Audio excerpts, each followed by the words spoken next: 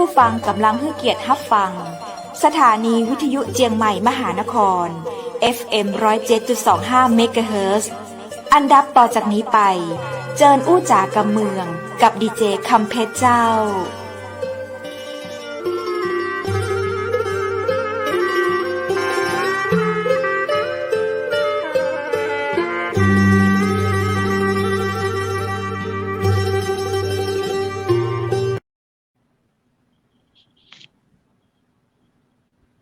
สวัสดีเจ้าคุณผู้ฟังที่ฮักเจ้าที่เป็นหาคุณผู้ฟังขนาดเนอร์วันได้ปากันวันเดียววันใดเนาะวันเดียวนี้มาถึงเชียงใหม่มหานครแล้วเจ้ามากับเสียงแต่ว่าตัวแต่ก็ยังออนอยู่ที่สถานีวิทยุขึ้นเสียงสารวินอำเภอแม่เสลียงนะเจ้าดังนั้นก็ขอยินดีต้อนรับคุณผู้ชมเข้าสู่ช่องเพจสถานีวิทยุเชียงใหม่มหานคร FM 107.25 เมกะเฮิรตซ์จากอาคารวังสิงห์คำจังหวัดเชียงใหม่เจ้าวันนี้ข้าเจ้าดีเจคำเพชรและดีเจวูดก็มาอยู่เป็นเพื่อนคุณผู้ชมเช่นเคยนะเจ้าและก็มีทีมงานแหมคนหนึ่งซึ่งเคยมาออนแอร์กับเฮาแล้วเนาะช่วงที่เฮาเริ่มทดลองออกอากาศใหม่ๆก็ให้เงียบหน้าเงียบตาไปเมินเจ้าวันนี้ดีเจต้นอ้อแห่งเมืองปายจะมาปะกับเฮาแหมในวันนี้มาอู้มาจากกันตามภาษาดีเจช่วงอู้ไปเรื่อย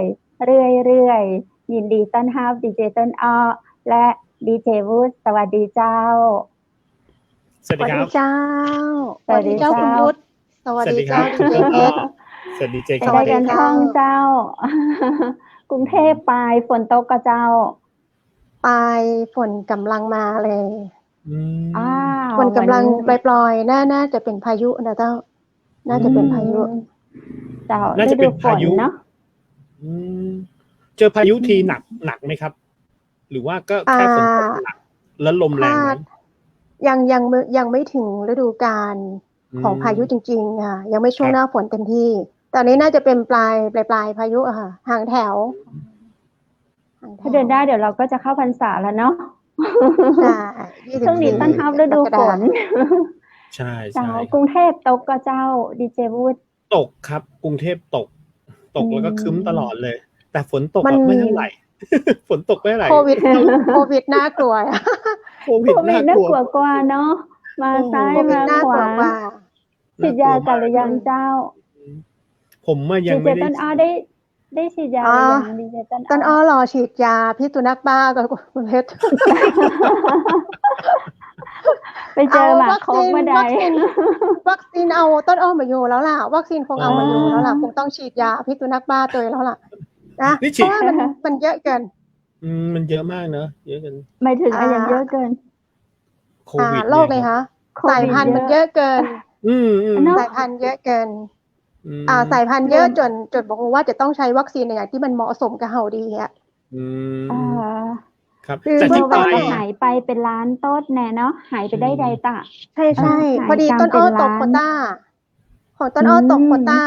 ยังรอคิวอยู่ค่ะยังไม่ได้สักเข็มยังค่ะได้ม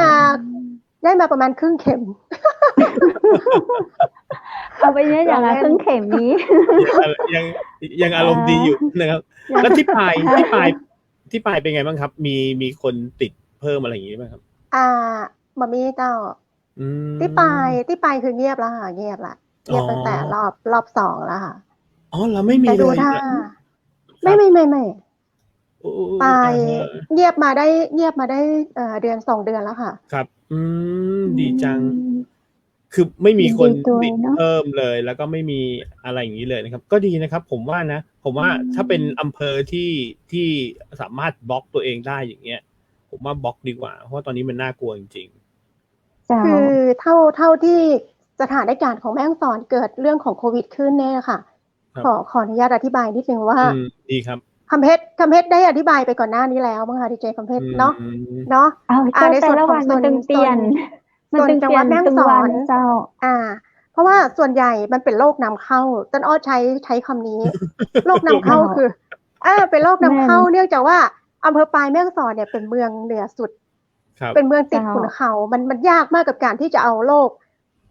มีโรคเองเนี่ยเพราะว่าแต่เนี้ยโรคที่มันเข้ามาคือมันเข้ามากับคนข้างนอกเจ้าคุณวุฒิใช่คนเอาเชื้อเข้ามาแล้วก็มาแพร่ต่ออันนี้คือปัญหาพอมีการปิดเมืองปุ๊บมีการหลังปีใหม่นะคะหลังปีใหม่เนี่ยพอคนปิกไปสถานการณ์มันกระซาในพื้นที่ก็ซาลงเงียบลงตอนเนี้ยคือมีปัญหาพยายามวันๆอยู่ยังกลัวอยู่ว่าเฮ้ยเวลาเปิดทุกคนขึ้นมาปุ๊บเนี่ยมันจะเข้ามาตัวหรือเปล่าเนี่ยเฟสเนี่ยน่ากลัวนะคะน่ากลัวใช่ครับน่ากลัวมากครับแต่คนที่อยู่ที่ทางปลายเนี่ยทุกวันนี้เขาก็ยังดูแลกันเองอย่างดีใช่ไหมครับผมใช่เนาะมีการเซฟตลอดค่ะธุรกิจรีสอร์ทโรงแรมต่างๆเนี่ยเพิ่นก็ปิดไปเยอะเนาะปิดไปเยอะเนื่องจากผลกระทบตั้งแต่รอบแรกครับปีกว่าแล้วค่ะแต่ที่กลับมาเปิดใหม่ก็คือต้องดูแลตามมาตรการที่ทางเจ้าหน้าที่นะคะวันเข้มงวดเนี่ยค่ะในส่วนของชาวบ้านเองทุกคนพ่อค้าแม่ขายผู้ประกอบการ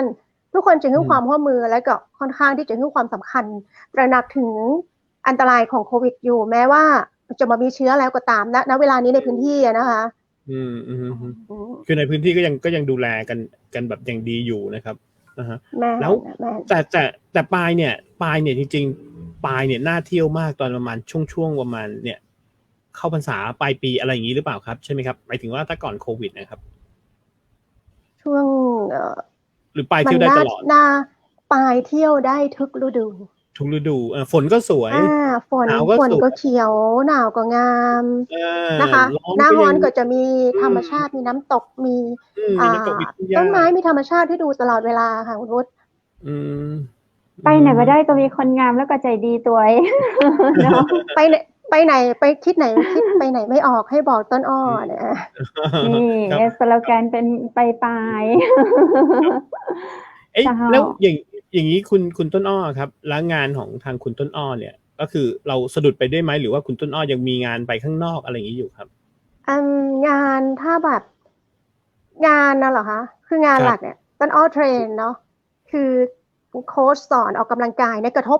จนต้องปิดร้านไปเลยนะคะกระทบไปตั้งแต่รอบแรกคือปิดร้านเซ้งร้านไปเลยมาสามารถทำได้เนื่องจากว่าเขาต้องใกล้ตัวประชิดกับลูกค้าครับธุรกิจที่สองคืออบสมุนไพรซาวน่าเราก็ทำไม่ได้นะถามว่างานที่เราทำงานตอนนี้ก็คืองานที่เราอยู่กับมวลชนไหมก็ใช่อยู่แต่ว่าเราจะใช้วิธีการออนไลน์เอาอะค่ะคือปรับรูปแบบใหม่แต่ว่ามันคง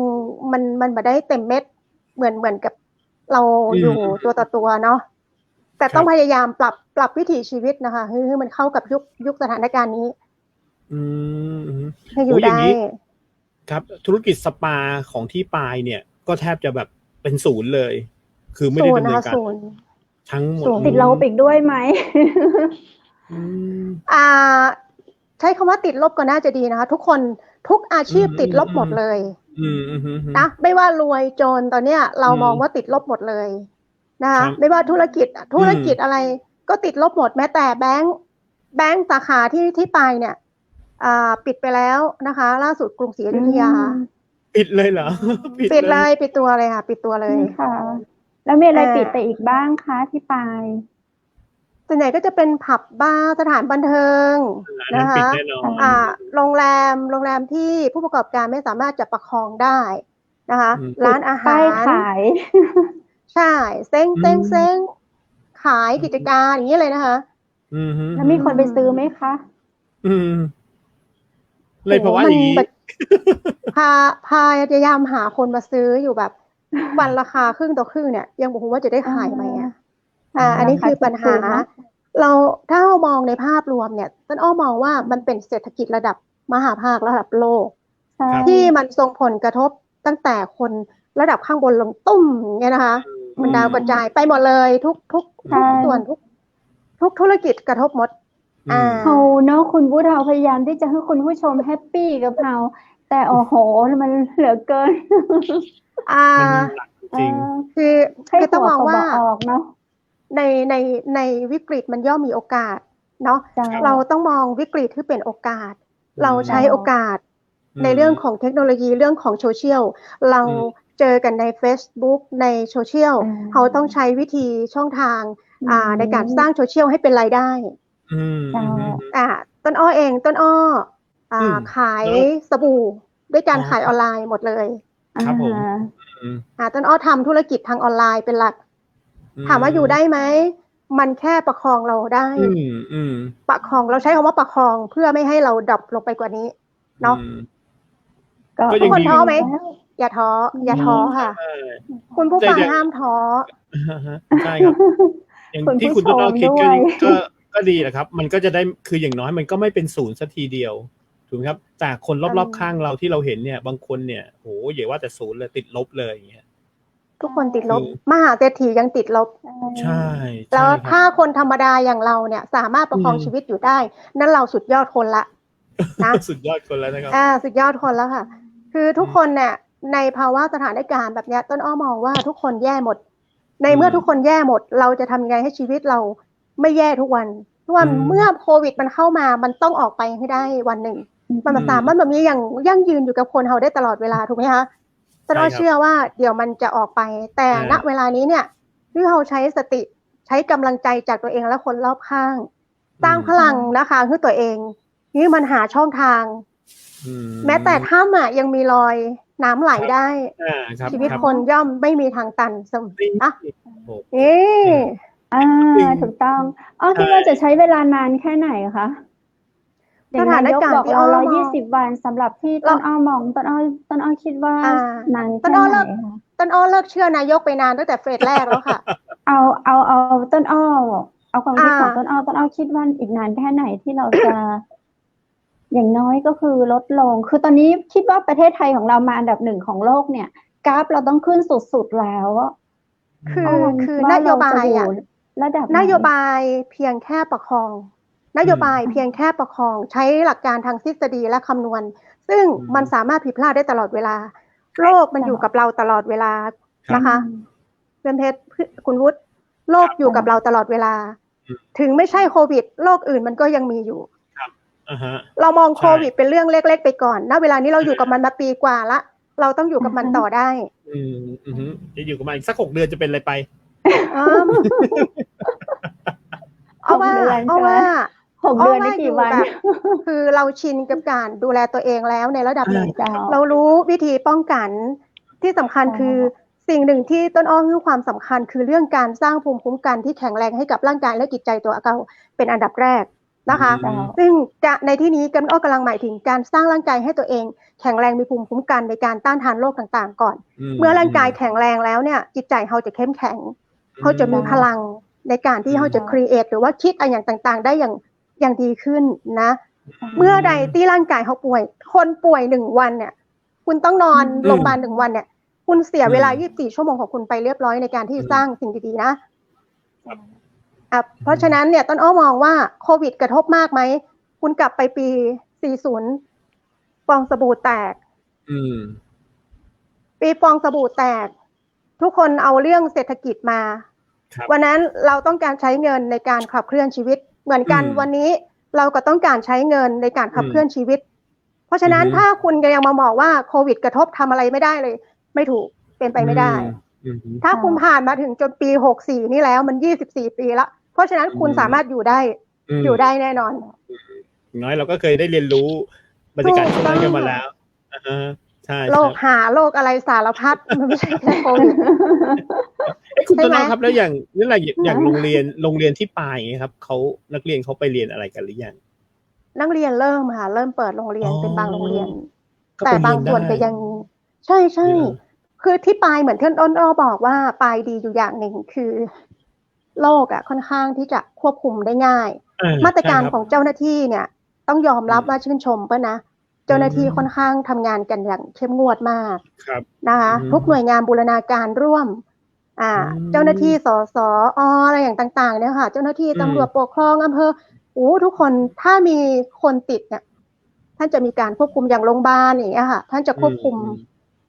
มคือค่อนข้างที่จะแน่นหนารอบคอบนะคะแล้วก็มาตรการของเปิ้ลคือเด็ดขาดถ้าสั่ง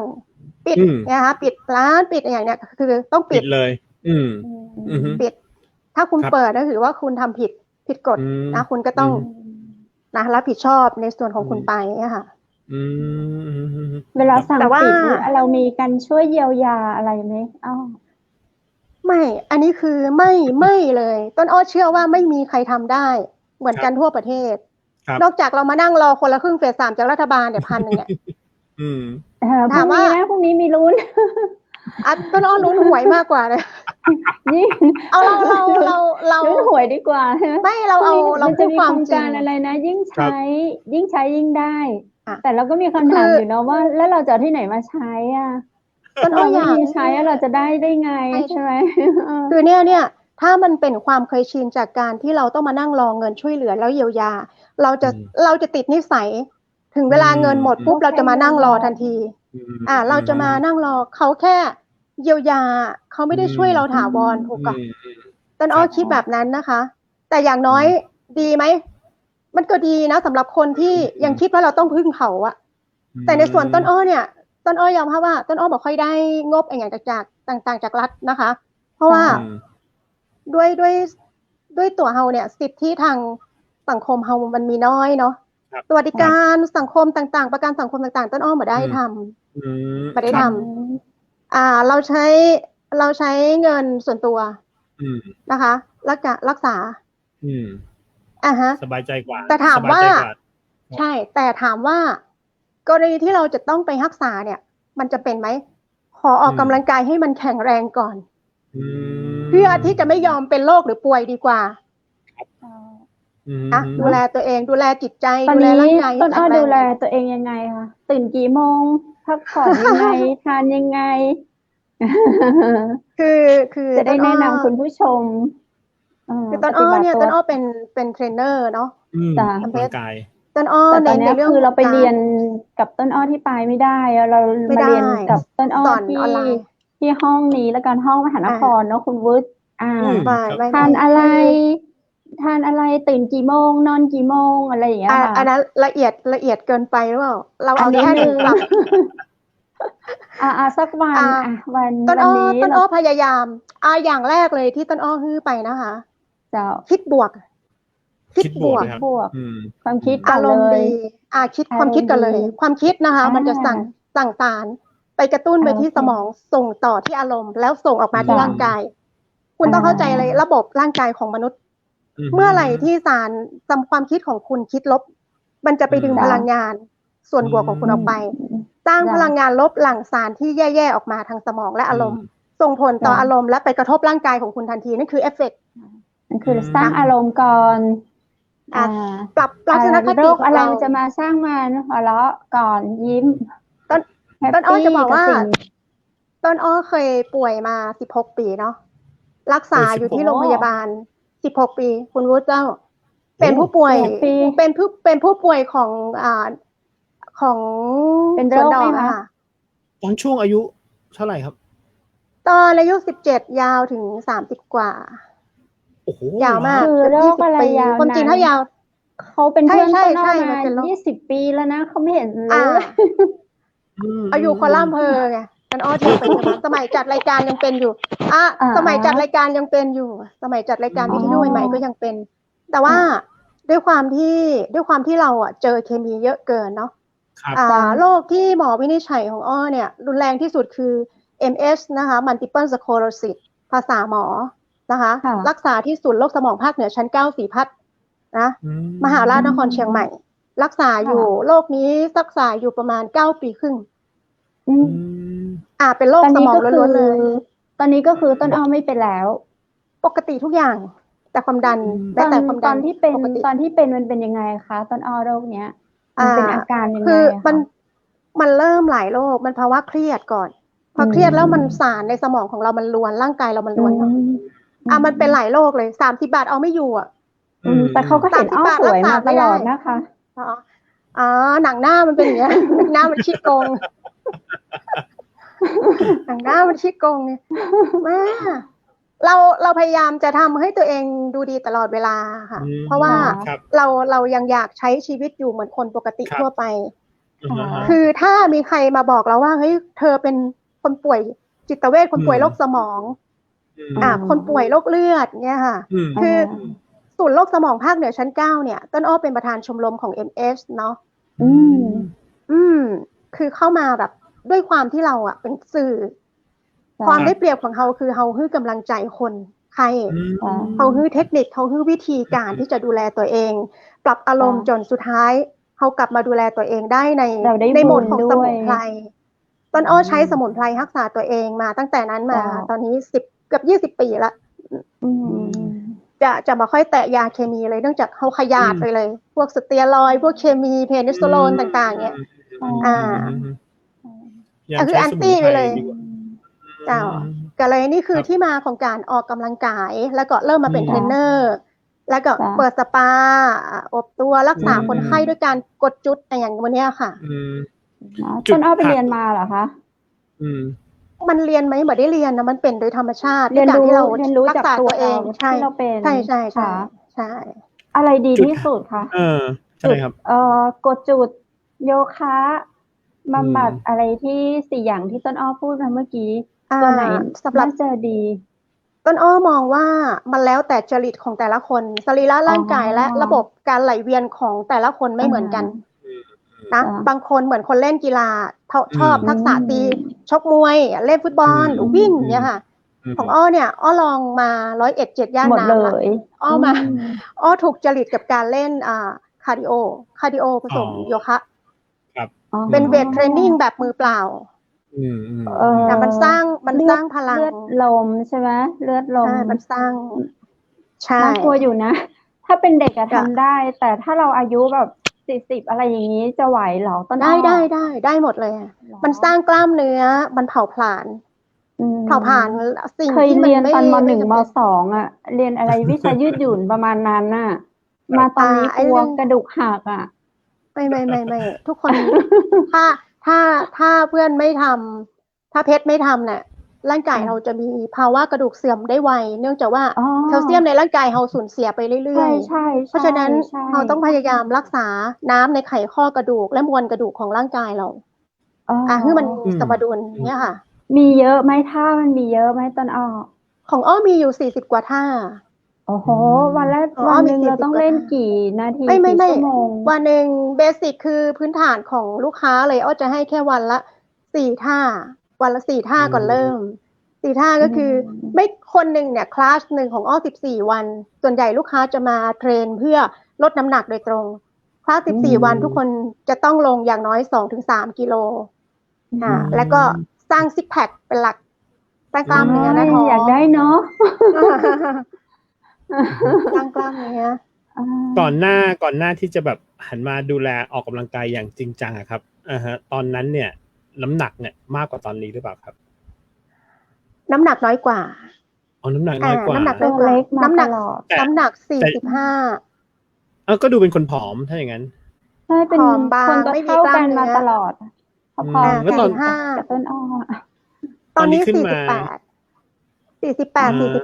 จ้ะถามว่าตอนนั้นที่ผอมกับตอนนี้ที่ขึ้นมาเนี่ยอันไหนดูดีกว่ากันตอนนี้มันเฟิร์มมันเฟิร์มมีกล้ามเนื้อจะบาดกับกล้ามเนื้อ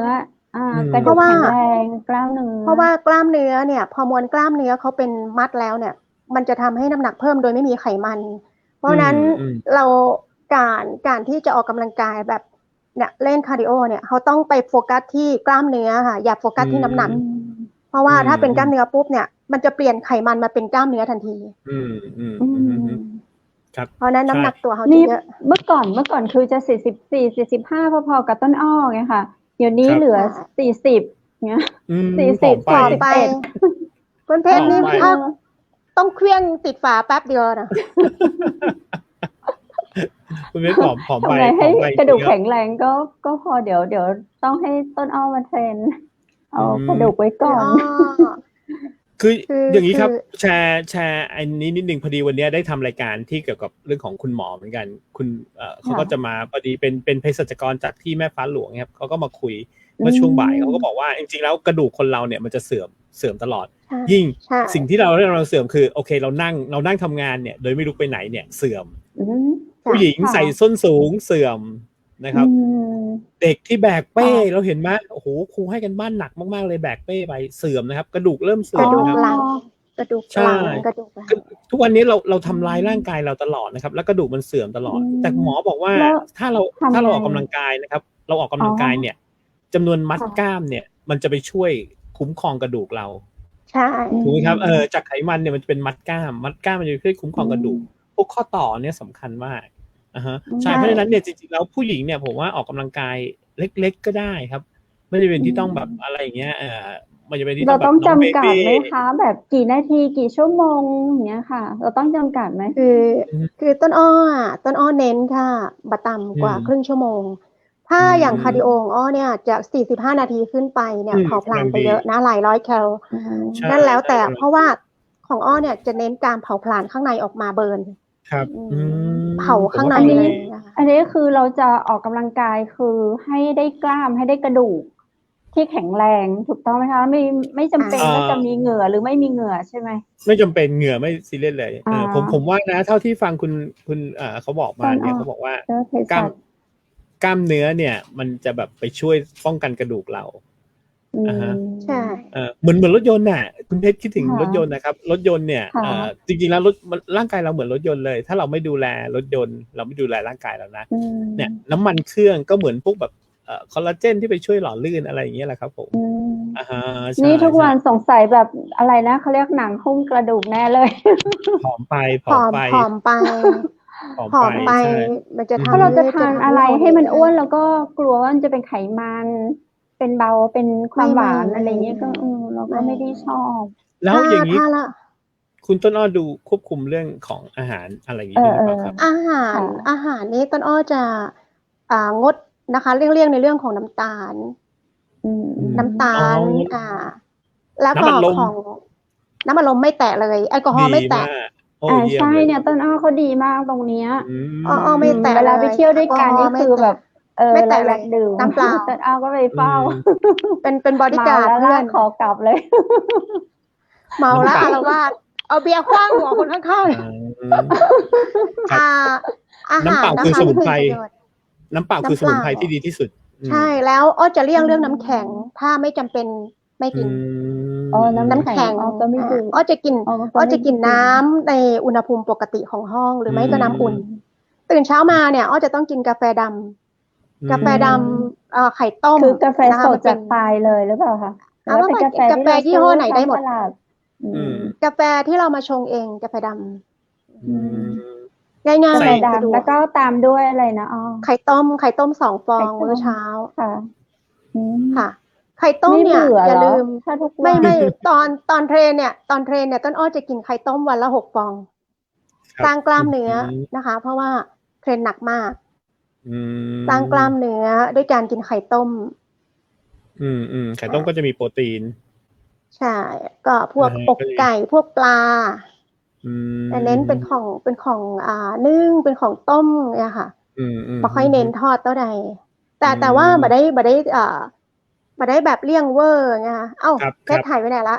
เพชรหายไปเดี๋ยวแป๊บนึงนะครับเดี๋ยวก็อย่างนี้ครับพอดีที่แม่เสลียงจะเป็นอย่างนี้ตลอดเลยคุยสักพักหนึ่งเดี๋ยวก็จะหายไปตอนนี้ได้ยินแต่คุณต้นอ้อได้ยินผมนะได้ยินค่ะได้ยินโอเคเดี๋ยวคุณเพชรก็จะมาครับคุณเพชรจะอย่างนี้แหละครับบางทีคุยอยู่ปุ๊บก็จะหายไปครับด้วยอาจเป็นที่สัญญาณอินเทอร์เน็ตของแม่เสลียงเป็นอย่างนี้ครับใช่ครับแต่ดีนะผมว่าอย่างนี้ครับอย่างเงี้ยตอนนี้เนี่ยคนไปยิมแน่ๆไปไม่ได้แน่ๆเลยไปไม่ได้ค่ะไปไม่ได้ที่ปลายนี่ยังเปิดอยู่แต่ว่าคนจะเข้ายิมน้อยมากตอนนี้อ้อเล่นที่บ้านนะคะแล้วอ้อมีลูกค้าที่เทรนออนไลน์อยู่เทรนทางสตูลอะไรพวกนี้ค่ะเทรนออนไลน์ค่ะกับวิดีโอคอลค่ะการเทรนของอ้อคืออ้อจะวิดีโอคอลกับลูกค้าแล้วเล่นไปด้วยอ้อจะมาใช้การบันทึกค่ะเนื่องจากว่าเหมือนกับเราอยู่ด้วยกันแบบตัวต่อตัวหายไปไหนมาเจ้าผมบอกดีเจต้นอ้อว่าเวลาคุยตลอดเลยแม่เสลียง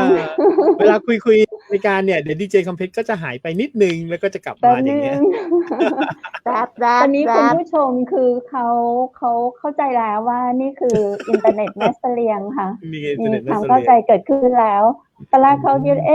พิธีกรหายไปไหนเขาเข้าใจแล้วนะหายเดี๋ยวก็มาตอนนี้ นี่ถ้าหายอยู่บ่อยๆนะคะต้องขอทางอะไรนะ ตอนนี้ใช้ของเทเลคอม TT&T เขาก็ยุบไปแคทเขาก็ยุบมันตอนนี้น่าจะเป็นของ TOT อะค่ะ แต่ว่าล่าสุดนี้เราคุยกับ 3BB ถ้าได้ 3BB เข้ามาเป็นบัตเทอร์กับเราก็น่าจะเวิร์คขึ้นกำลังคุยกันอยู่ มัน 3BB น่า ก็โอเค มันน่าเสียดายเนาะ 3BB เพราะว่า ก็น่าสน ความจริงถ้าหมอมีโควิดเนี่ยหมู่เฮาเนี่ยจะได้เจอกันแล้วเนาะ กิจกรรม นี่ยัง ที่ อดใจเจอ ได้เจอ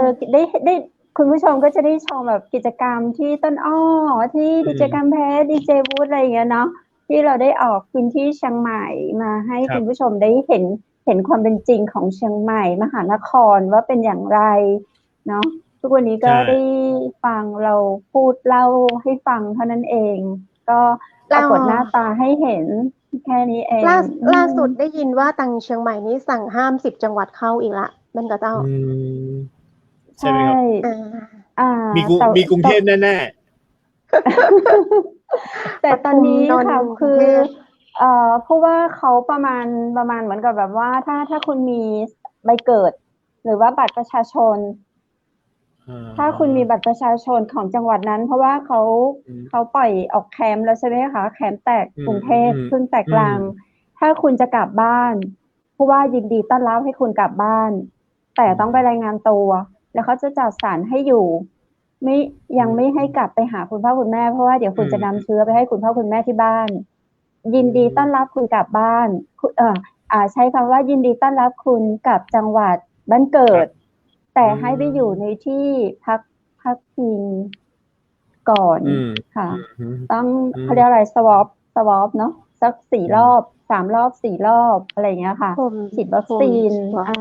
ใช่ครับ แล้วก็ แต่อย่าง ค่อย นี้ กลับไปหาคุณพ่อคุณแม่ ครับ แต่อย่างนี้ครับคุณต้นน้องครับ เราก็ยังผมก็ยังคุยกับดีเจคัมเพชรอยู่ว่า เอ๊ะ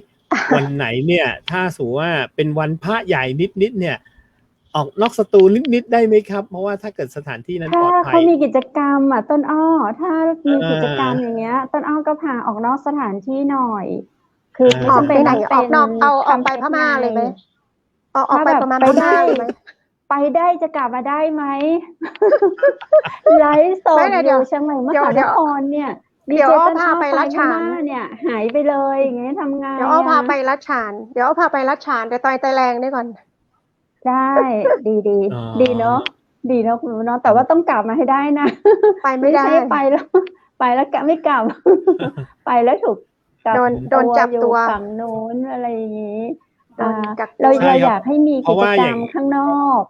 ค่ะถ้าเป็นในส่วนของที่เพชรอยู่ตอนนี้คือมันเงียบอะค่ะคุณวุฒิค่ะมันเงียบ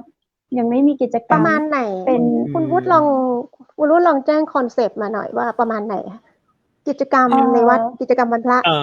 อย่างนี้ครับอะไรก็ได้ที่มันน่าสนใจเนาะอย่างนี้ครับวันใช่ตอนนี้ทุกคนก็อยู่แต่ในบ้านคนที่ดูเพจ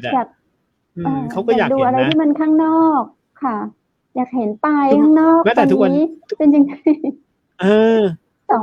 งทุ่มปลายเป็นไงบ้างอะไรอย่างเงี้ยค่ะเป็นยังไงเพราะแต่ก่อนปลายเขียวปลายนี่2 ทุ่มนี่ยังไม่หลับต้นอ้อลองไปเดินเล่นเหมือนที่เขาเดินเล่นวัดวันนั้นไงเหมือนเขาเดินเล่นวัดวันนั้นที่เขาไล่กับอ้อจะบอกว่าไปตอน2 ทุ่มตอนเนี้ยแม้แต่หมามันก็ไม่ออกมาแล้วนะคะก็ไม่หมากลัวโควิดหมากลัวโควิดเจ้าคือมันเงียบอ่ะเพชรเข้าใจไหมมันเงียบตั้งแต่โควิดมาเนี่ยคนไม่กล้าออกเลยกลางคืนนะถึงแม้จะมีร้านอาหารคนก็จะซื้อกลับไปบ้านพ่ออย่างเงี้ยเนี่ยถามจริงๆป้าเอาจบยังจะถามได้จบแล้วจะถามว่าอย่างพรุ่งนี้เนาะอะไรนะเขามีแซนด์บ็อกซ์ภูเก็ต1 กรกฎาคมอย่างเงี้ยถามว่าพวกเราอิจฉาไหมถามว่าพวกเราอยากให้ไปแซนด์บ็อกซ์ไหมคุณวุฒิอยากให้ไหมอยากมีไหมคือตอนนี้มันเป็นสถานการณ์ที่เอาตรงๆเลยว่าผมว่ามันหนักจริงๆนะในความคิดของผมเนี่ยความคิดผมอยากให้มันถ้ามันจะหนักนะอยู่กับพม่าสีเขียวนิดไปก่อน คือให้มันหนักไปเลยสองอาทิตย์นะครับ ให้มันหนักไปเลยอย่างเงี้ยใช่แต่มันทุกอย่า จะ งมัน ต้ ต้ อ อง ง เป็น จบ ช่วงพีคมันแน่ๆเลยใช่ช่วงนี้มันต้องเป็นพีคของมันแต่พรุ่งนี้เที่ยวบินทางภูเก็ตมีตั้ง4เที่ยวบินนะคะมีแบบคือประเทศที่อะไรทางนู้นทางนั้นเลยอ่ะคือ โอ้ ตามที่อ้อมองนะคะ ขออนุญาต ค่ะ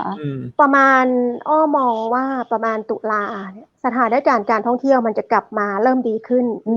นิดนึงนะนิดนึงนั่นคือหลังจากหลังเลยช่วงน้ำท่วมไปนะคะคือเข้าซีซั่นละเข้าช่วงไฮละเข้าช่วงไฮปีนี้ก็คือคนได้จะเริ่มวางแผนการท่องเที่ยวเนื่องจากว่าเขาเปิ้ลอันเนาะเปิ้ลอันใช่ดังนั้นช่วงนี้เราต้องฟิตแอนด์เฟิร์มไว้ก่อนใช่ไหม แต่ตอนนี้เริ่มมีค่ะเริ่มมีนักท่องเที่ยวเข้ามาส่วนใหญ่จะมาพวกไบเกอร์อย่างแบบรถส่วนตัวเข้ามาแอลที่ปลายเริ่มทยอยมาละอาทิตย์หนึ่งละทยอยเข้ามาแล้วค่ะเริ่มมีรถเข้ามาแสดงว่าคือเปิ้ลฉีดวัคซีนมาแล้วไงใช่ไหมฉีดวัคซีนมีใบนำทางใบรับรองใบรับรองก็เดินทางไปไหนมาไหนได้แล้วแสดงว่าต้นอ้อไปไหนที่สองก็จะครบเดือนแล้วเหมือนกันเข็มที่2ครบเดือนแล้วแต่ต้นอ้อก็ยังไม่กล้าไปไหนวัคซีนนอกบริเวณหน้าบ้านยังไม่ออกเลยนะ หน้าโรงแรมยังไม่ไปผมว่านะครับบางทีมันทำให้เรากลับไปคิดถึงบรรยากาศตอนสมัยเราเด็กๆเนี้ยผมก็มีบ้านที่ต่างจังหวัดนี้ครับ2 ทุ่มมันเงียบแบบเงียบจริงๆเลยนะ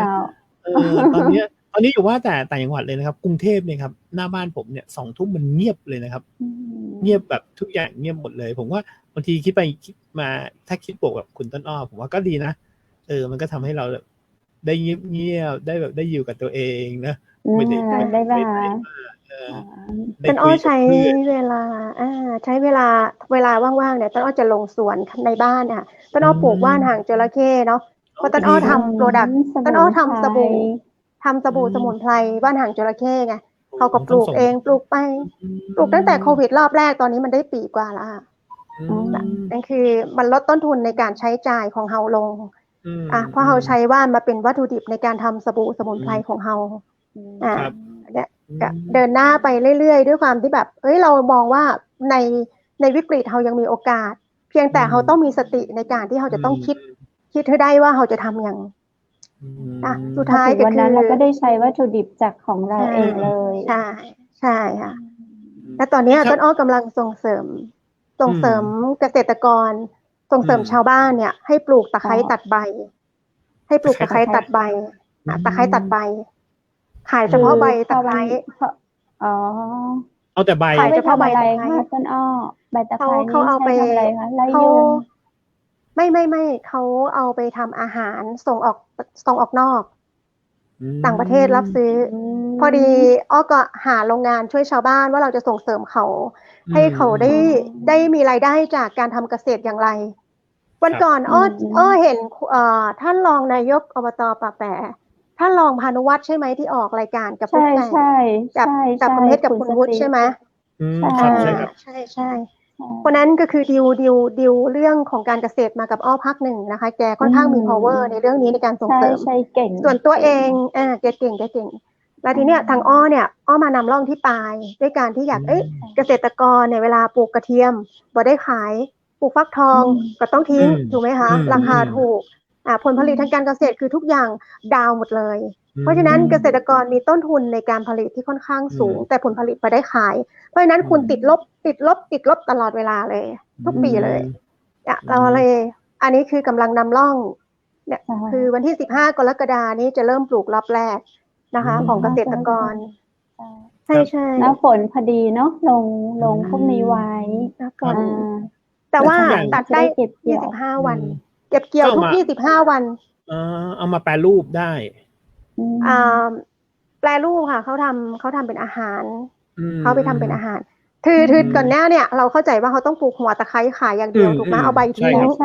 แต่เราไปเจอโรงงานที่เขาซื้อแต่ใบอบแห้งใบแห้งแต่ไม่เอาหัวก็เลยเวลาเราปลูกหัวตะไคร้เนี่ยตากเอาเก็บใช่เวลาหัวตะไคร้เนี่ยเราจะต้องปลูก 4 เดือนเราปลูกได้ผลผลิตหมายถึงตะไคร้ถ้าเอาหัว ค่ะ 4 เดือนได้ผลผลิตแล้วเราก็ต้องขุดหัว แล้วก็ต้องรออีก ค่ะ 4 เดือนกว่าจะได้ผลผลิต แต่หัวตะไคร้ตัดใบเนี่ย เราปลูกแค่ครั้งเดียว ระยะเวลา3 เดือน 3 เดือนเริ่มเก็บเกี่ยวใบรอบแรกนะคะเก็บเกี่ยวใบรอบแรกเพราะฉะนั้นอีก25 วันตัดอีก25 วันตัดอีก24 ครั้ง ค่ะ 2 ปี คุณได้ผลผลิตทุกเดือน25 วันเขาตัด25 วันตัด เป็นวงรอบของเขาเลย คือปลูกแค่ครั้งเดียวคุณได้ผลผลิต24 รอบคือ2 ปีเนี้ย พอครบ ลงครั้ง 2 ปี เดียว คุณก็แค่ใช่ ลงผมว่าดีนะ เพราะว่าต่อไปเนี่ย ช่วงโควิดก็ทำให้แบบ ผมว่าพอมันหมดโควิดปุ๊บเนี่ยเราจะได้แบบมีโปรดักต์หลายๆอย่างที่เรายังไม่เคยใช้นะใช่มีโปรดักต์หลายอย่างออกมา คุณวุฒิทำอะไรบ้างคะงานบ้านงานที่เราไม่เคยทำเงี้ยค่ะไม่ใช่งานประจำไม่ใช่งานที่เราตอนโควิดเราไม่พูดถึงตอนที่ยังไม่มีโควิดเราไม่พูดถึงงานนั้นเอาว่าตอนที่เป็นมีโควิดเนี่ยคุณวุฒิทำอะไรแปลกๆบ้างอะแปลกจากไม่ใช่แปลกแปลกจาก แปลกเยอะเลย แตกต่างแตกต่างใช้คำว่าแตกต่างคือจริงๆก่อนโควิดเนี่ยก็จะมีผมก็จะมีพวกงานอีเวนต์อะไรอย่างเงี้ยครับแล้วก็มีงานเนี่ยไปออกกองถ่ายกันอย่างเงี้ยครับผมก็รับหน้าที่เป็นทั้งผู้กำกับรายการด้วยเป็นทั้งแบบคนไปถ่ายด้วยแต่พอช่วงโควิดมาปุ๊บเนี่ยเป็นโอกาสดีที่ผมไม่ต้องมาบอกว่ามันเป็นพิธีกรไม่เอาอย่างอื่น เอางานบ้านอย่างตอนไปปลูกอย่างเงี้ยอะไรอย่างเงี้ยคุณวุฒิทำอะไรไม่มีเลยจริงๆงานบ้านไม่มีเลยจริงๆครับไม่มีเพิ่มเติมหรอไม่มีเลยจริงๆแต่ทุกวันไม่โหไม่มีเวลาหลับเลยครับทุกวันนี้ตื่นขึ้นมาเนี่ยมีงานตลอดตอนนี้ไปปรากฏว่าช่วงโควิดเนี่ยก็รับสอนหนังสือสอนที่มหาลัยเกษตรเมื่อวานนี้ก็สอนที่วิไลอันนึงครับสอนเรื่องเกี่ยวกับเนี่ยแหละครับการถ่ายทำการอะไรพวกนี้ครับใช่แล้วก็แค่งานลดลงเท่านั้นเองเราไม่ได้เพิ่มอย่างอื่นก็ปรากฏว่าเรามองผมคิดเหมือนคุณต้นอ้อเหมือนดีเจคัมเพนอ่ะคือถ้าเรามองในแง่บวกครับผมคือยุคทุกวันเนี้ยเราไม่ต้องเดินทางไปไหนเงี้ยคนก็จะส่งงานมาให้เราทำงานตรงเนี้ยครับส่งงานมาให้เราทำงานเงี้ยเราก็ทำงานตลอดนี่ผมเสร็จงานเนี่ยไม่อยากบอกเลยเมื่อวานเนี้ยพอคุยกับดีเจคัมเพนเสร็จปุ๊บเนี่ยผมทำงานถึงตี 5เลยนะมันต้องส่งงานลูกค้าใช่แล้วก็ตื่นมาทำงานต่ออย่างนี้ครับใช่กับกลายเป็นแต่งานบ้านก็ไม่ได้รับผลกระทบแทบอะไรเลยแทบจะไม่มีเลยมีเพียงแต่ช่วงแรกๆครับช่วงแรกที่แบบตกใจกับมันนิดหน่อยว่าแต่ช่วงแรกพอว่างๆเราก็ไปนั่งเรียนรู้เหมือนอย่างที่วันนั้นเราคุยกับทางใครนะครับคุณตั้มใช่ไหมครับผมชอบที่คุณตั้มพูดมามากเลยนะครับทุกอย่างมีอยู่ในออนไลน์หมดทุกอย่างมีอยู่ใน YouTube หมดใช่แล้วเราเรียนรู้กับมันเรียนรู้แล้วก็ลองผิดลองถูกกับมันนะครับแล้วเดี๋ยวมันก็ไปได้ทุกวันนี้ก็ไปได้เองครับส่วนเรื่องงานบ้านมีแม่บ้านทำกับข้าวอะไรให้ทุกอย่างก็เลยไม่มีผลอะไรแต่กรุงเทพอย่างที่บอกครับกรุงเทพมันจะไปไหนมาไหนก็ลำบากอยู่ก็ใช้ออนไลน์ให้เป็นประโยชน์ทุกวันนี้เหมือนผมเคยให้คุณต้นอ้อสมัยก่อนที่จะโควิดเนี่ยผมไปฟิตเนสตลอดเลยนะแต่พอตอนนี้เนี่ยกินตลอดเลยเล่นที่บ้านเล่นที่บ้านหลังๆคุณต้นอ้อลองฝากผู้หญิงที่อะไรสักนิดนึงครับถ้าอยู่ที่บ้านเนี่ยยังไงดีคุณอย่านั่งทำงานทุกวันนี้คนเวิร์กฟอร์มโฮมมากปุ๊บเนี่ยมีท่าทางอะไรเล็กๆน้อยๆไหมครับที่แบบจะให้เขาลองทำตามดูwork from home นี่แหละที่มันน่าแบบมันน่าตีเนาะมันน่าตีด้วยเพราะว่าผู้หญิงเราปกติเนี่ยบางคนเขาติดกับการกินเนาะกินแล้วยิ่งได้นั่งอยู่กับที่นานๆชาเขียวน้ำอัดลมกาแฟที่มีแบบครีมหวานๆเนี่ยให้มันสดชื่นนั่งไปเพื่อรีแลกซ์แล้วคุณไม่ยืดเลยไม่ลุกเลยเพราะนั้นไขมันสะสมนะคะยิ่งน้ำตาลเนี่ยตัวดีเลยร่างกายผุพังเสื่อมไวมากน้ำตาลเนี่ยนะคะอ้อถึงจะเลี่ยงเลยเรื่องของครีมเทียมคอฟฟี่เมดเนี่ยพวกเนี้ยค่ะมันจะมีไขมันทรานค่อนข้างสูงไขมันทรานนะคะนี่ก็ยังไม่ได้ไปตรวจประจำปีเลยต้นอ้อลองแนะนำซิว่าคือตอนนี้คือตัวเพชรเนี่ยเป็นคนที่แบบติดนอนคือนอนคือไม่หลับนะคือไม่หลับคือตื่นละถึงเวลา6 โมงเนี้ยก็ตื่นก็เดินไปดูต้นไม้คือก็ไม่ทำอะไรเลยก็ไม่ใช่คือช่วงที่โควิดมาเนี่ยค่ะเราก็เคยซื้อต้นไม้มาไว้แล้วก็ให้ คนสวนเอาลงเอาลงดินให้เราก็บอกเขาไว้นะว่าต้นไหนตายถูกปรับ500อะไรอย่างเงี้ยแล้วก็ไปเดินตรวจ เช้าเราก็เดินตรวจต้นไหนตายเดี๋ยวพนักงานคนไหนทำของเราตายต้นละ500อะไรอย่างงี้เขาก็จะกลัวแล้วก็ดูโอเคอันนี้ผ่านพอเดินดูอย่างเงี้ยค่ะให้อาหารปลาเสร็จแล้วก็มานอนค่ะต้นอ้อก็นอนเช็คเฟซไลน์อะไรงานโทรศัพท์เราอะไรอย่างเงี้ยค่ะประมาณครึ่งชั่วโมงเท่านั้นแหละตามันก็หลับต่อหลับอัจฉริยะมากเลยคุณวุฒิพอท้องอัจฉริยะมากเลยคุณลุกมาแล้วคุณหลับได้หิวท้องรู้สึกหิวเนี่ยก็จะดูเวลาละก็ประมาณบ่ายสองท้องจะรู้สึกหิวบ่ายสองในบ้านเขาเตรียมไว้ให้เราแล้วเหมือนกันแล้วก็มาทานแล้วเป็นคนทานน้อยต้นอ้อเขาเป็นคนทานน้อยอย่างไข่ต้มเนี่ยอย่าง6 ฟองอย่างต้นอ้อไม่ได้หรอกเขา1 ฟองนี่คือเต็มที่แล้วค่ะ ถ้าไปไข่เจียวก็2 ฟองนี้ก็ทั้งวันเลยคือเป็นคนทานน้อยแล้วทานแค่นี้ทานแค่นี้แล้วเขาต้องทำยังไงกับสุขภาพเนี้ยขออนุญาตนิดนึงนะคะเนื่องจากว่าการที่ทานน้อยการทานน้อยของกุ๊กไก่มันอยู่ที่พลังงานแต่ละวันที่กุ๊กไก่ใช้นะเนื่องจากว่าพลังงานที่กุ๊กไก่ใช้พลังงานไปไม่เยอะกุ๊กไก่ก็จะทานน้อยแต่อย่างอ้อเนี่ยอ้อเบิร์นเนี่ยลูกค้าอ้อ4-5 คนเนี่ยวันหนึ่ง4-5 ชั่วโมงเนี่ยอ้อต้องใช้กำลังมหาศาลในการที่จะออกกำลังกายเพราะฉะนั้นร่างกายอ้อมันต้องใช้พลังงานนะคะแล้วไข่เนี่ยมันกินเพราะว่ามันไม่ได้ทำเพื่อแคลอรี่หรือว่าคอเลสเตอรอลจากไข่แดงมันสูงนะคะอันนั้นคือความเข้าใจผิดที่มันมีการวิจัยมาผิดชอบอยู่ไข่แดงอ้อจะทานทั้งไข่ขาวไข่แดงอันนั้นคือประโยชน์ของเขาเลยต้องทานทั้งไข่แดงนะคะอย่าเลือกทานไข่อย่างใดอย่างหนึ่งเพราะฉะนั้นคุณจะไม่ได้ประโยชน์เต็มที่จากเขานะอันเนี้ยพลังงานจากไข่เนี่ยถ้าคุณบอกว่าคุณหิวที่สุดเนี่ยลองทานไข่ต้มแล้วคุณจะไม่อ้วนกินยังไงไม่ให้อ้วนก็คือกินไข่ต้มนี่แหละไม่อ้วนติดคอต้นอ้อก็กินน้ำสิคะที่รักกินไข่ต้มแล้วที่รักไม่กินน้ำที่รักก็ติดคอสิคะในเรื่องของการนอนเนี่ยนอนให้เป็นเวลาแต่ว่าของอ้อเองเนี่ยอ้อจะตื่น4:30ทุกวัน4:30อ้อจะต้องตื่นออโต้เลยมันเป็นอัตโนมัติ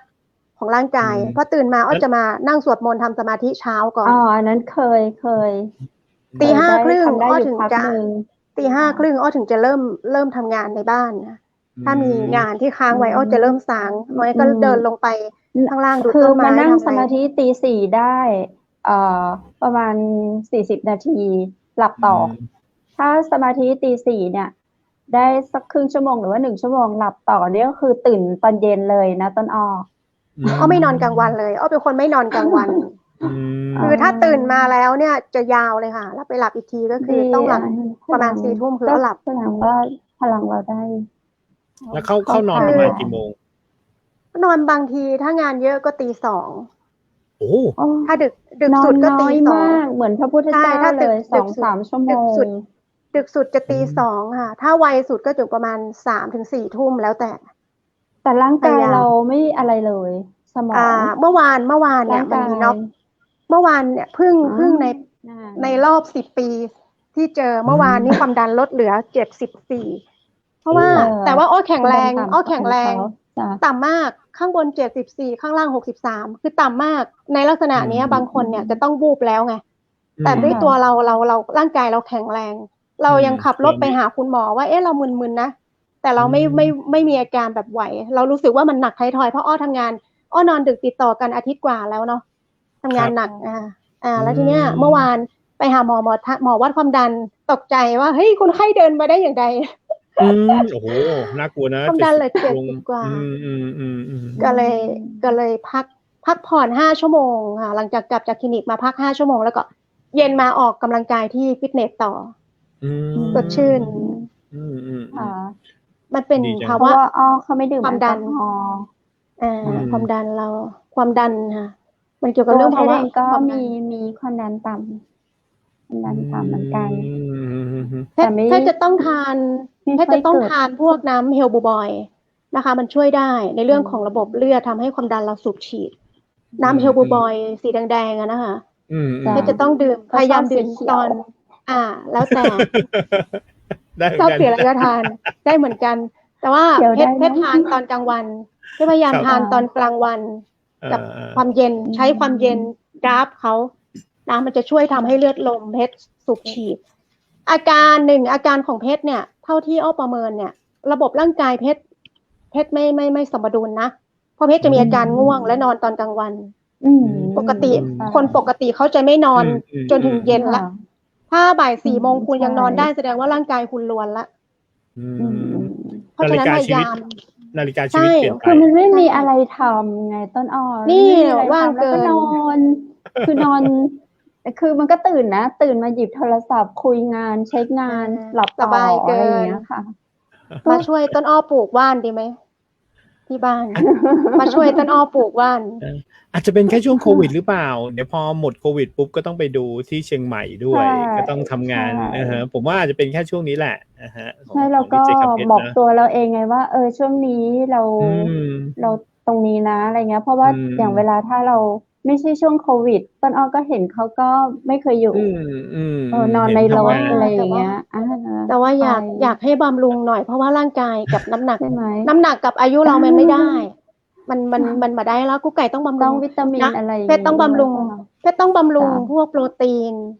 พวกคิวเทนนะคะพวกโปรตีนและแคลเซียมเพราะร่างกายเรากระดูกอย่าลืมว่าแคลเซียมในร่างกายเรากับคอลลาเจนในร่างกายเรามันลดไปเรื่อยๆตามวัยมีคอลลาเจนมันทำให้มากำลังรีวิวให้เขาอยู่วิตามินซีพวกนี้แต่จำเป็นเพราะว่าเพชรจะล้าง่ายมันจะทำให้เพชรรู้สึกล้ามันมากระชับกระเฉงมาสดชื่นน่ะใช่ยิ่งตั้งแต่ช่วงฉีดวัคซีนเข็ม2มาคือเหมือนเราไม่อยากบอกเลยเข็มแรกคือสดชื่นไงคุณวุฒิอวดคุณวุฒิอยู่เลยเนาะเข็มแรกคือแบบเต้นโชว์เล่นแบบอะไรแบบอยากฟิตเนสอยากอะไรอย่างนี้แต่พอเข็ม2วันนี้คือทำไมมันง่วงตลอดเลย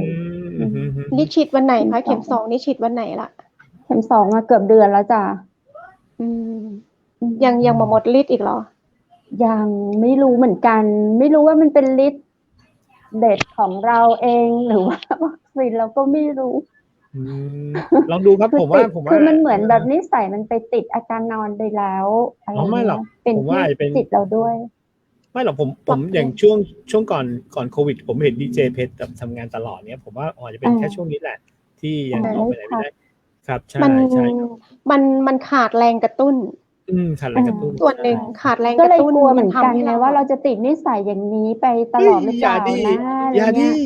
เรายังสัญญากันอยู่ว่าหมดโควิดจริงๆเราสัญญากันอยู่ว่าเราจะไปทำรายการหรือทำอะไรอย่างนั้นกันแต่ถ้าเกิดอย่าดิหมดโควิดปุ๊บก็ยังมีไฟอยู่เราจะเจอกันเทปแรกที่ไหนเนี่ยเทปแรกนี่ปีไหนเนี่ยต้องรออ้อนวอนให้6 เดือนนี่เหรอนี่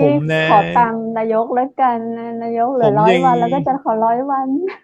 ยังมองโลกในแง่ดีอยู่ว่ายังเชื่ออยู่ว่าสักเอาเต็มที่เลยตอนนี้เอาสักปลายปีนะที่มันน่าจะดีขึ้นครับอันนี้ความคิดผมนะครับในส่วนตัวของเพชรนะต้นอ้อคุณวุฒิเป็นความฝันว่า1 ตุลาคมเป็นความฝันเลยนะ1 ตุลาคมเป็นความฝันเลยช่วงตุลาฝัน1 ตุลาคมช่วงตุลาคือเริ่มหนาวละใช่เราก็จะออกพรรษาอะไรเงี้ยเราอยากคือกิจกรรมบ้านเราอ่ะมันออกหวานนี่เป็นไฮไลท์ของแบบระดับโลกเลยไม่มีที่ไหนเลยอะไรเงี้ยเราอยากให้มีเราอยากเห็นมันภัยธรรมชาติมันทำให้คนเนี่ยต้องเซฟตัวเองต้องอย่าประมาทผมก็อยากช่วงเวลาที่เขาอยากให้เราเซฟตัวเราเองก็ได้คุณวุฒิก็อย่าถึงตี 5ทุกวันละกันถ้าคุณวุฒิตี 5ทุกวันนะเราก็ไม่มีโอกาสเจอนะเจออีกทีได้ไปเยี่ยมคุณวุฒิไม่เอานะคือแค่ช่วงนี้ครับช่วงที่มีงานหนักช่วงนี้พอดีงานต้องส่งอะไรอย่างเงี้ยครับอาจจะแบบหนักๆแต่ก็มีคนเตือนอย่างเงี้ยหลายคนแล้วว่าด้วยวัยอย่างเงี้ยไม่ควรที่จะนอนดึกก็พยายามจริงๆปกติก็พยายามแบบเที่ยงคืนอะไรนอนแล้วครับแต่ก็ตื่นเช้ามาทำงานจริงๆออกกำลังกายก่อนหน้านั้นโควิดออกกำลังกายเลยออกแบบโอ้โหวิ่ง ที่เห็นภาพในไลน์ยัง เห็น ไป ดู วิ่ง สุข มาราธอน คือ ได้ ตัว อ จริง ยู่ คุณวุฒิคือเป็นแบบโอ้โหร่างกายแบบ กำย ผมมีจุดเปลี่ยนเหมือนคุณต้นอ้อแหละตอนนั้นจุดเปลี่ยนคือพอน้ำหนักมันโอ้โหมันไม่ไหวแล้วก็เริ่มแบบไม่สบายแล้วอย่างเงี้ยก็เลยต้องเป็นจุดเปลี่ยนว่าต้องหันไปออก ก็ กำลัง คือก าย ของต้นอ้อเนี่ยเขาผอมมา แต่ของคุณวุฒินี่อ้วนมา เกือบ100 โล ใช่ปะ ครับ เกือบ โอ้ 100 โลใช่แล้วก็แบบแน่น ใช้ หน้า เว อ ลาก นาน แน่นหน้าอกแล้วก็ลงไปนอนเลยอย่างเงี้ยครับแล้วหลังจากนั้นก็ไม่ไหวแล้วต้องเอาจริงเอาจังกับร่างกายตัวเองครับวันหลังก็เดี๋ยวจะเอาภาพมาให้ดูครับโอ้โหดูไม่ได้เลยตอนนั้น ครับใช่ พูดถึงฝากไปเรื่องของการยืดเส้นยืดสายเนาะ work from home ของคนที่ทำงานอยู่กับที่เนาะยืดเส้นยืดสายง่ายๆนะคะอย่างแขนเนี่ยเราก็ต้องยืดนะคะยืดแขนยืดเอวอย่างน้อยก็ลุกไปเดินบ้างนะ5-9-10 ก็ยังดี ใช่ผมว่าอย่างเงี้ย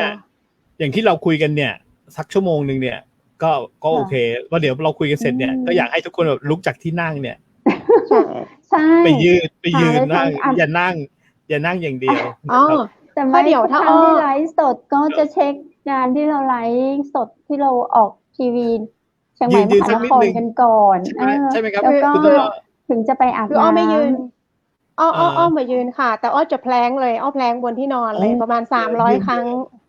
300 ครั้งคือวิดพื้นเหรอแพลงกิ้งข้างเหรอแพลงกิ้งท่าเอาแพลงกิ้งท่าพวกเมียจะไหนท่าแพลงกิ้งไงคะเวลาให้คุณต้นอ้อส่งภาพไปให้ดูมันคล้ายๆวิดพื้นนะคะแต่ว่าจะใช้มือเกร็งอยู่กับที่อันนี้มันจะสร้างกล้ามเนื้อทุกส่วนแล้วก็เผาผลาญได้เยอะมากคือเราวิดพื้นแล้วเนี่ยคือเราคว่ำลงใช่ไหมแต่แพลงนี่คือนอนหงายแต่เราไม่ได้แพลงนี่คว่ำเหมือนกันแต่เราวางศอกไงถ้าวิดพื้นเขาจะวางมือฝ่ามือถูกป่ะแต่ที่เราวางศอกเราลงวางแขนเราลงหน้าเกรงตัวไว้เกรงตัวลำตัวไว้ท่านี้จะเผาผลาญได้ไวจะสร้างซิกแพคได้ไวสร้างกล้ามเนื้อคือรักษาเวลาจะทำ300 วิ300 วินาทีเลยเหรอครับโอ้โหใช่300 วิได้กี่ครั้งคะ300 วิก็คือคุณทำได้30ใหม่ๆก็คือรอดอ่ะคือคนเริ่มทำถ้าผ่าน30ก็คือได้แต่อ้อทำ300ก็ทำเป็นมาตรฐานของอ้อแล้วคือ300พอคือเผาผลาญไปเยอะเลยเมื่อก่อนก็ทำนะคือวิดพื้นเป็นคนวิดพื้นเก่งเมื่อก่อนได้เป็น100เหมือนกันได้เป็น100เก่งวิดน้ำว่ายน้ำอะไรเงี้ยคือจะชอบเป็นคนชอบว่ายน้ำถ้าว่ายน้ำนี่ชอบวิดพื้นแบบไหนได้เป็น100วิดพื้นก็เพชรใช้มือวางมือฝ่ามือวางมือค่ะเพราะว่าเมื่อก่อนเรียนเนตรนารีใช่ป่ะเรียนเนตรนารีคือจริงๆนะจริงๆถ้าไม่ติดโควิดเนี่ยคุณวุฒิต้นอ้อเนี่ยเพชรต้องไปอบรมทหารเรือต้องไปอบรมทหารเรือค่ะแล้วก็วันนี้ค่ะหัวหน้าใหญ่บก.อะไรเขาเรียกอะไรอะทหารเรือค่ะโทรมาก็บอกว่าฉีดยาครบหรือยังก็บอกฉีดครบแล้วเพราะว่าถ้าฉีดครบแล้วต้องไปแล้วนะค่ะแล้วก็จะได้ใส่ชุดกาฬสีเท่ๆโอ้ดีจังเลยแต่มันจะเป็นแบบเสื้อขาวไม่ใช่กาฬสีแบบสีน้ำตาลใช่นะเราอยากได้ชุดเขาแล้วก็เลยจะไปอบรมกับเขาเนี่ยก็คือเป็นเสื้อขาวแล้วก็หมวกเหมือนสีน้ำเงินแล้วก็กระโปรงสีน้ำเงินผู้หญิงโอ้ดีก็วิดพื้นเนี่ยคือเรียนเนตรนารีมาไงแล้วก็เป็นคนชอบว่ายน้ำเป็นคนชอบว่ายน้ำถ้าเวลาไม่ได้ว่ายน้ำเนี่ยก็จะวิดพื้นค่ะ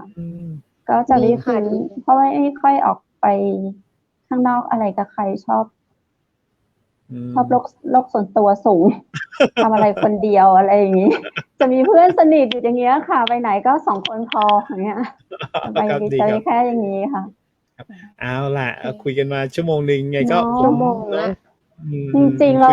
คุยกันว่าวันนี้ต้นอ้อจะเป็นพิธีกรมาสัมภาษณ์ให้เราเป็นแขก เปลี่ยน เฮ้ยอ สั ย่า พ ง เพ นี้เลย เหระ เรายัง สัพเพ เรา เห อยา ระ ก แลก ผู้ เปลี่ย ร่ น วมรายการ ใช่ใช่ เรา ใช่ผมว่า แลกเปลี่ยนแลกเปลี่ยน พอคุยไปคุยมา ขอบ เนี่ยมัน คุณ ก็จะได้ไอเดียว่าไอ้คุณต้นอ้อออกกำลังกายนะเดี๋ยว เพ คุ ราะ ณ เรา เพช คิ ร ด ชอบ ถึง ปลู ต้นอ้อ ต้น เรา ไม้ ก็อยาก นะ รู้ว่าต้นอ้อเป็นไงอะไรอย่างนี้เนาะ งานเยอะ อืม ต่อต้องขอโทษตัวเองเพราะว่ากว่าจะปลีกเวลาได้ต้นอ้อเปิดหน้างานหลายงานเนาะเรื่องการเก โอ้ย ษ ดี ตร เจ้า ลืมบอกไปว่าปลูกกัญชงตอนนี้ โอ้ ทำเรื่องปลูกกัญชงนะคะ ดีค่ะ น่าจะรายแรกของแม่ฮ่องสอนที่ทำ อืม ในเชิงบุคคลธรรมดา อืม แล้ว ก็ แล้ว เดี๋ยว จะ ร แป อ รรูปไปเป็นอะไรครับกัญช อื ง มต้นอ้อจะเอาเมล็ดมาสกัดทำน้ำมัน แล้วก็ อ๋อ ทำเครื่องสำอาง อ๋อดีค ค่ะ รับ ส่วน โอ้ย ส่วน รอ ใบเนี่ย ทำไม ส่วนใบ เราขอ เนี่ย ไปกัญชาไม่ได้เนาะ บ่ได้ค่ะ กัญชายังเป็นสารเสพติดประเภท5อยู่ ครับ กัญชา อุ๊ยรอ จะ ช ได้ ม 2 ต้น รอชมนี่โครงการนี้ประมาณจะเห็นภาพประมาณเมื่อไหร่ครับ ที่จะได้ปลูกกัน เดี๋ยวต้องรอพรุ่งนี้เนาะทางท่านผู้ว่าทางจังหวัดเข้าประชุมคณะกรรมการระดับจังหวัด แล้วก็เรา รอ ส่งเรื่องไปที่อย.อีกประมาณ อืม สักเดือนหนึ่งถึงจะพิจารณาออกใบอนุญาตให้เราได้ไงค่ะ ก็ แต่ ไม่ ก่อน นาน ถ้าได้ต่อประสานเมล็ดพันธุ์มา น่าจะลงปลูกได้ประมาณปลายสิงหา รอชม หรือหน้าร อ ห ช นาม ว ครับ รอหวังว่าจะได้นะ จะได้เดี๋ยวเราก็หวังว่าเดือนตุลาเราได้ไปที่ปลายแล้วไปต่อที่แม่เสลียง เราก็จะได้แบบ โอ้ ไปเก็บเกี่ยว ใช่ น้ำมันกัญชง แล้วก็ไปนอนหลับอย่างมีความสุขที่แม่เสลียง เจ้า เดี๋ยวพาไปล่องเรือสารวินกันเนาะถึงวัน ได้ นั้น เลย ทุกอย่างก็ ได้เลยครับ ครับ เรา ขอบคุณ วันนี้ คุณ 1 วุ ชั่ ฒิ วโมงไว ขอบคุณ มาก เพื่อนๆ เลย เอา เนาะ เพลินๆ อ แล ยาก กเปลี่ เมาย น กันต่อค่ะ ครับ ค่ะ เดี๋ยว ขอบ เรา คุณ หลังไมค์ มากเลย หลังไมค์ต่อแล้วกันเนาะค่ะช่วงนี้เดี๋ยวเราต้องขอบคุณคุณผู้ชม ขอบคุณเจ้านาคเจ้า ช่วยกันขอบคุณคุณผู้ชมหน่อย ขอบคุณ ช่วยกัน เจ้านาค ทำงาน เจ้า หน่อย ท่านผู้ชม ขอบคุณท่านผู้ชมทุกท่านนะเจ้าที่เข้ามารับชม อันนี้ไลฟ์ทางไหนคะเนี่ย เชียงใหม่มหา ต้นอ้อกับ คร ยังมาเกยกันอ๋อ ทางเพจ ผ่านเพจ เดี๋ ข ยว อง ต้อง เชียงใหม่ มาเป็น มหา พิ น ธี ค ก ร รแทนดีเจ 107.5 คำเพชรนะคะดีเจต้นอ้อ ขอบคุณดีเจ เจ้า คำเพชรขอบคุณดีเจวูดต่อยนะเจ้าสวัสดี เจ้า เจ้า ยินดีเจ้านักคดีเจต้นอ้อดีเจคำวุฒิคุณผู้ชมเจ้าวันนี้ข้าเจ้าดีเจคำเพชรเนาะมาเหงาเลยไข้หัวเจ็บแก้มเลย มีแก้มบองอยู่ข้างหนึ่งวันนี้ถ้าจะเพิ่มมาได้แหมข้างหนึ่งมีเพื่อนซีมาเนาะ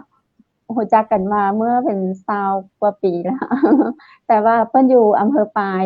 ตังคนแม่ฮ่องสอนเปิ้นมักจะฮ้องข้าเจ้ากับดีเจต้นอ้อว่าสิ่งเหนือเสือใต้เนาะฮะกัน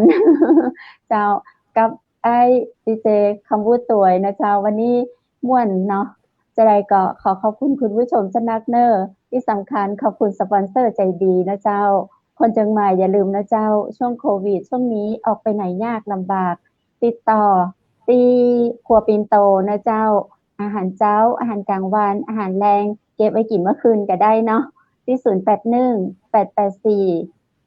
0818843354โทรได้นะเจ้าวันพรุ่งนี้เนาะแล้วก็ขอบคุณโรงแรมแม่เสลียงเวียงงามอำเภอแม่เสลียงนะเจ้าเปิดบริการ24 ชั่วโมงแต่ช่วงนี้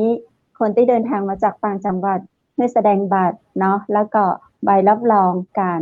ดูแลตัวเก่าก่อนเข้าห้องพักก็มีมาตรการเพิ่มขึ้นมาหน่อยหนึ่งเนาะ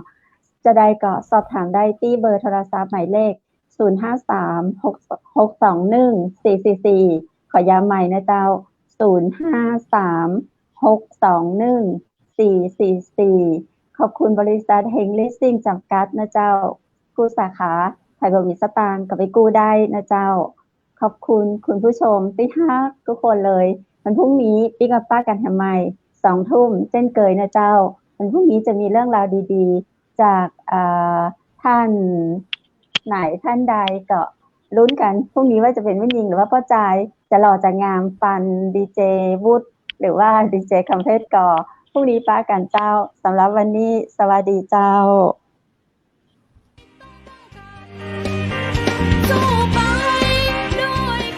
สถานีวิทยุเจียงใหม่มหานคร 107.25 เมกะเฮิรตซ์ขอแสดงความห่วงใยและเป็นกำลังใจให้ทุกท่านในช่วงการระบาดของโรคโควิด -19 ในครั้งนี้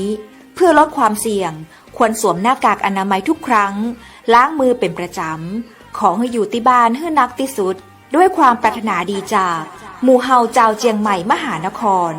สนับสนุนโดยกาแฟโกแม็กคอฟฟี่และโรงแรมแม่เสรียงเวียงงามโทร 053-621-444 และ 081-595-2883